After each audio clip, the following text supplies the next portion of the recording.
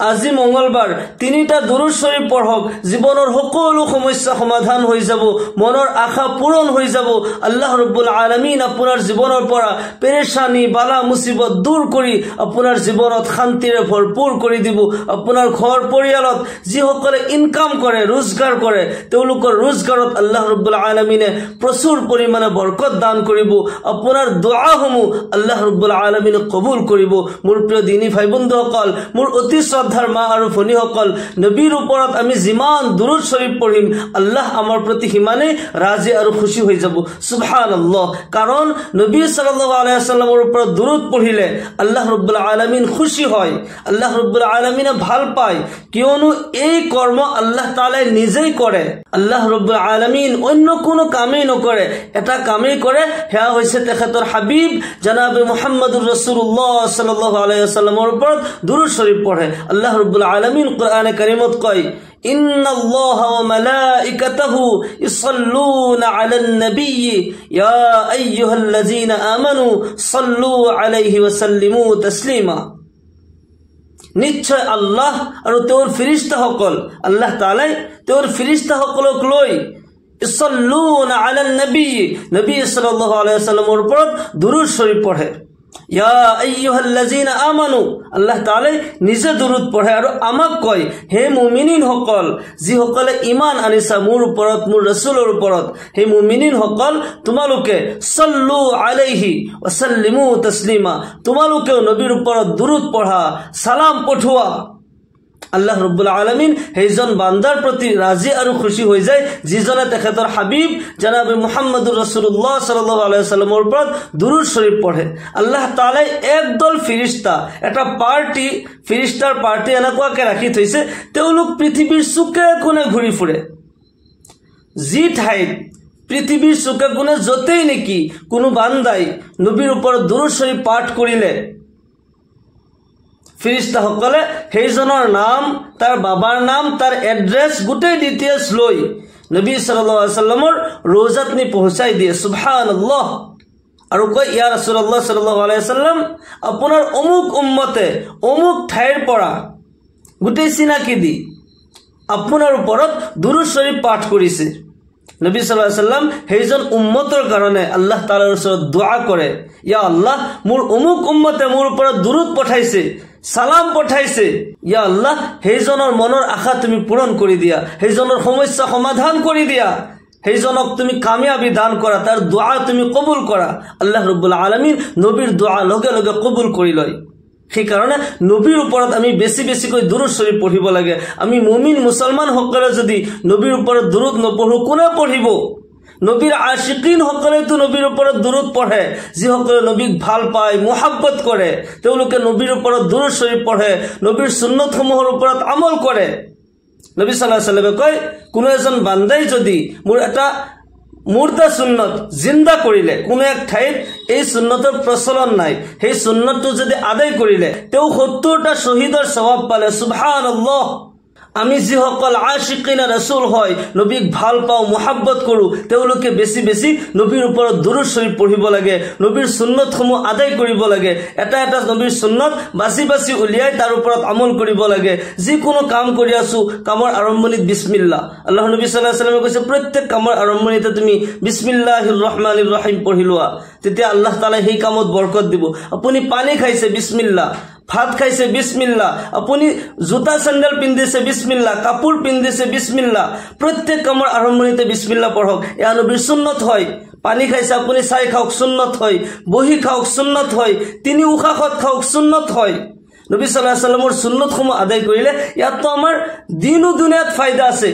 ইয়াৰ লগতে নবী সাল্লাল্লাহু আলাইহি ওয়াসাল্লাম আমাৰ প্ৰতি ৰাজি আৰু খুশি হৈ যায় আমি নবীৰ ওপৰত বেছি বেছি দুৰূদ শৰীফ পঢ়িব লাগে আৰু নবীৰ সুন্নতসমূহ আমি আদায় কৰিব লাগে তেতিয়া আল্লাহ আৰু আল্লাহৰ ৰাসূল আমাৰ প্ৰতি ৰাজি আৰু খুশি হৈ যায় যে বান্দাৰ প্ৰতি আল্লাহ আৰু আল্লাহৰ ৰাসূল ৰাজি আৰু খুশি হয় তাৰ দুনিয়াত কোনো বস্তুৰে প্ৰয়োজন নাই কিয়নো তেও দুনিয়া ও আখিৰাতৰ ডাঙৰ সম্পত্তি হাসিল কৰি লৈছে আল্লাহৰ ৰাসূল জনাবে মুহাম্মদুৰ ৰাসূলুল্লাহ সাল্লাল্লাহু আলাইহি ওয়াসাল্লাম ইৰশাদ কৰে মোৰ যি উম্মতে মোৰ ওপৰত এবাৰ দুৰূদ শৰীফ পাঠ কৰিলে আল্লাহ ৰাব্বুল আলামিন তাক তিনিটা পুৰস্কাৰ দান কৰে সুবহানাল্লাহ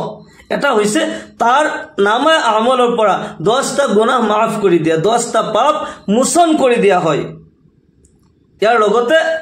10টা নেকি তাৰ নামে আমলত উঠাই দিয়া হয়। 3 নম্বৰত আল্লাহ ৰব্বুল আলামিনৰ আদালতত তাৰ মৰ্যাদা 10টা মৰ্যাদা বুলন্দ কৰি দিয়া হয়। সুবহানাল্লাহ, কিমান ডাঙৰ উপহাৰ। নবী সাল্লাল্লাহু আলাইহি ওয়াসাল্লামে কয়,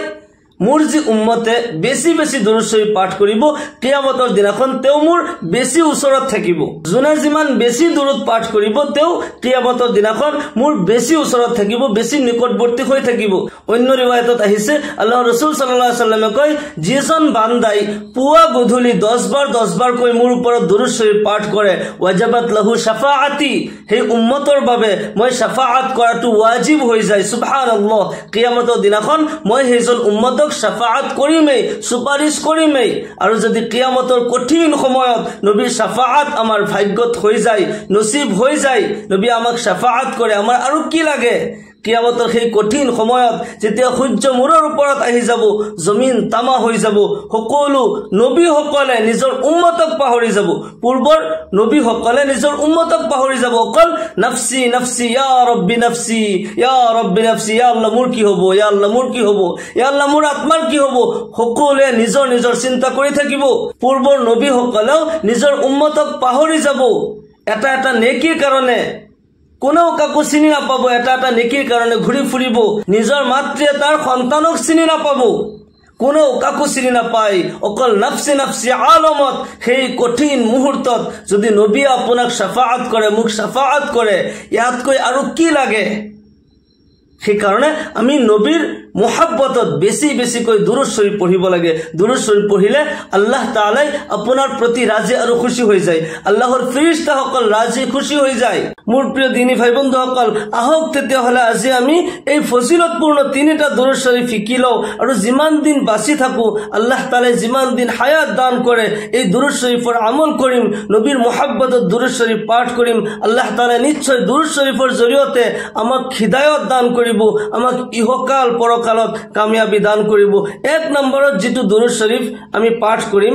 এই দুৰুদ শৰীফৰ ফজিলত শুনিলে আপুনি আচৰিত হৈ যাব, আপুনি অবাক হৈ যাব। আল্লাহৰ ৰাসূল দু জাহানৰ বাদশাহ জনাব মুহাম্মদুৰ ৰাসূলুল্লাহ সাল্লাল্লাহু আলাইহি ওয়াসাল্লামে তেখেতৰ সাহাবাসকলক কয়, হে মোৰ সাহাবাসকল, তোমালোকক এনেকুৱা এটা আমল মই শিকাই দিওঁনে, এনেকুৱা এটা আমল যি আমল কৰিলে আল্লাহ তাআলাই 70 জন ফেৰেশতা তোমাৰ কাৰণে নিযুক্ত কৰি দিব, আৰু 70 জন ফেৰেশতাই তোমাৰ কাৰণে অনবৰত 1000 দিন পৰ্যন্ত নেকি লিখিয়েই থাকিব, লিখিয়েই থাকিব। সুবহানাল্লাহ, সুবহানাল্লাহ। এনেকুৱা এটা দুৰুদ শৰীফ, যি দুৰুদ শৰীফ এবাৰ পাঠ কৰিলে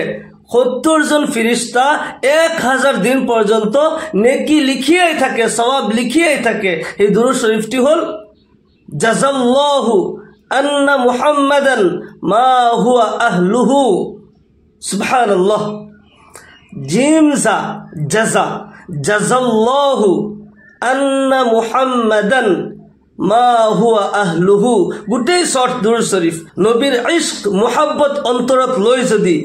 এবার আপনি পাঠ করে, আল্লাহ রব্বুল আলামিন আপনার প্রতি রাজি আর খুশি হই 70 জন ফেরেশতা আপনার কারণে নিযুক্ত করে দিব, আপনার সওয়াব লিখে থাকিব অনবরত 1000 দিন পর্যন্ত আপনার বাবে সওয়াব লিখিয়াই থাকিব। সুবহানাল্লাহ। আল্লাহর নবী সাল্লাল্লাহু আলাইহি ওয়াসাল্লাম কয়, মোর যে উম্মতে মোর উপর দুরূদ শরীফ বেশি বেশি পাঠ করে থাকে, কিয়ামতের দিনাখন মই তাক হাউজে কাউসার নিজ হাতে পান করাম। সুবহানাল্লাহ। নবী সাল্লাল্লাহু আলাইহি ওয়াসাল্লাম কিয়ামতের দিনাখন হাউজে কাউসার নিজ হাতে পান করাবো। আপনি নিবিচাৰে নে? এনেকুৱা মুহূৰ্তৰ অংশীদাৰ হোৱাৰ আপোনাৰ ইচ্ছা নাযায় নে? আমি সকলোৱেতো বিচাৰো নবীৰ ইশক আৰু মুহাব্বত আমাৰ অন্তৰত হওক, নবীয়ে মোক ভাল পাক, আল্লাহ মোক ভাল পাক। যদি আমি বিচাৰিছো যে আল্লাহ মোৰ ওপৰত ৰাজি থাকক, আল্লাহৰ ৰাসূল আমাৰ প্ৰতি ৰাজি খুশি থাকক, কিয়ামতৰ দিনাখন নবীৰ শাফাআত পাও, নবীৰ কাষত থাকিব পাৰো, এনেকুৱা যদি আমি বিচাৰিছো, নিশ্চয় নবীৰ ইশক আৰু মুহাব্বত অন্তৰত লৈ নবীৰ ওপৰত আমি বেছি বেছিকৈ দুৰূদ শৰীফ পঢ়িব লাগে। 1 নম্বৰ যেটো দুৰূদ শৰীফৰ কথা কলো, এয়া হৈছে জাযাল্লাহু আন্না মুহাম্মাদান মা হুয়া আহলুহু, জাযাল্লাহু আন্না মুহাম্মাদান মা হুয়া আহলুহু। 2 নম্বৰত যেটো দুৰুদ শৰীফৰ কথা কম এই দুৰুদ শৰীফ যদি আপুনি বেছি বেছি পাঠ কৰে হ'ব পাৰে আপোনাক সপোন যোগে নবী সাল্লাল্লাহু আলাইহি ওয়াসাল্লামৰ দিদাৰ নসিব হৈ যাব আপুনি যদি এই দুৰুদ শৰীফ বেছি বেছি পঢ়ি থাকে আমাৰ যদি জীৱনত আমি ঈমান অৱস্থাত যদি আমি নবীক দেখা পাও আমাতকৈ খুব ভাগ্যৱান এই পৃথিৱীত আৰু কোন হ'ব পাৰে যিজনে ঈমান অৱস্থাত নবী সাল্লাল্লাহু আলাইহি ওয়াসাল্লামৰ দিদাৰ কৰিলে তেওঁৰ কাৰণে জান্নাত ওয়াজিব হৈ যায় জাহান্নামৰ জুই হাৰাম হৈ যায় সেই কাৰণে আপুনি এই দুৰুদ শৰীফ পঢ়িব বেছি বেছিকৈ এই দুৰুদ শৰীফ পঢ়িব আল্লাহুম্মা সাল্লি আলা রূহি মুহাম্মাদিন ফিল আরওয়াহ ওয়া সাল্লি আলা জাসাদি মুহাম্মাদিন ফিল আজসাদ ওয়া সাল্লি আলা কবরি মুহাম্মাদিন ফিল কুবুর মই লাহে লাহে কৈ দিছো اللهم صل على روح محمد في الأرواح وصل على جسد محمد في الأجساد وصل على قبر محمد في القبور اللهم صل على روح محمد في الأرواح وصل على جسد محمد في الأجساد وصل على قبر محمد في القبور এই দুরূদ শরীফ যদি আপনি বেশি বেশি পাঠ কৰি থাকে নবীৰ ইশক আৰু মহব্বত অন্তৰত লৈ নবীক ভাল পায় নবীৰ সুন্নত সমূহৰ ওপৰত আমল কৰে এই দুরূদ শরীফ আপুনি বেশি বেশি পঢ়ি থাকে আপোনাক হয়তো সপোন যোগে নবী সাল্লাল্লাহু আলাইহি ওয়াসাল্লামৰ দিদাৰ নসিব হৈ যাব আল্লাহ তাআলা আমাক সকলোকে নবী সাল্লাল্লাহু আলাইহি ওয়াসাল্লামৰ দিদাৰ নসিব কৰক নবীক যাতে আমি জিন্দগী অৱস্থাত সপোন যোগেও দেখা পাও ওলি আউলিয়া সকলে যি সকলে নবীক বেছি ভাল পাইছিল বেছি মহব্বত কৰিছিল শেখ বাশকান্দি আহমদ আলী হুজুৰৰ এখন কিতাবত মই পাইছো তেখেতে কৈছে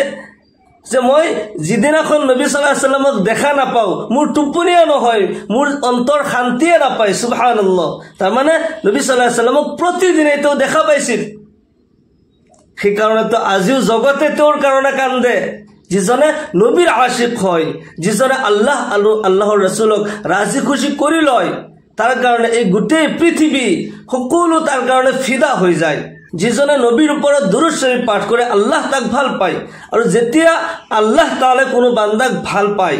কোনো বান্দাৰ প্ৰতি যেতিয়া আল্লাহ ৰাজি আৰু খুশি হৈ যায় তেতিয়া আল্লাহ তাআলাই জিব্ৰাইল আলাইহিস সালামক মাতে আৰু কয় হে জিব্ৰাইল অমুক বান্দাৰ বিশুদ্ধ আমলৰ কাৰণে তাৰ আমলৰ বিশুদ্ধ পদ্ধতিৰ কাৰণে মই তাৰ প্ৰতি ৰাজি আৰু খুশি হৈছো হে জিব্ৰাইল মই হেজন বান্দাক ভাল পাও তুমিও ভাল পোৱা তুমি মহব্বত কৰা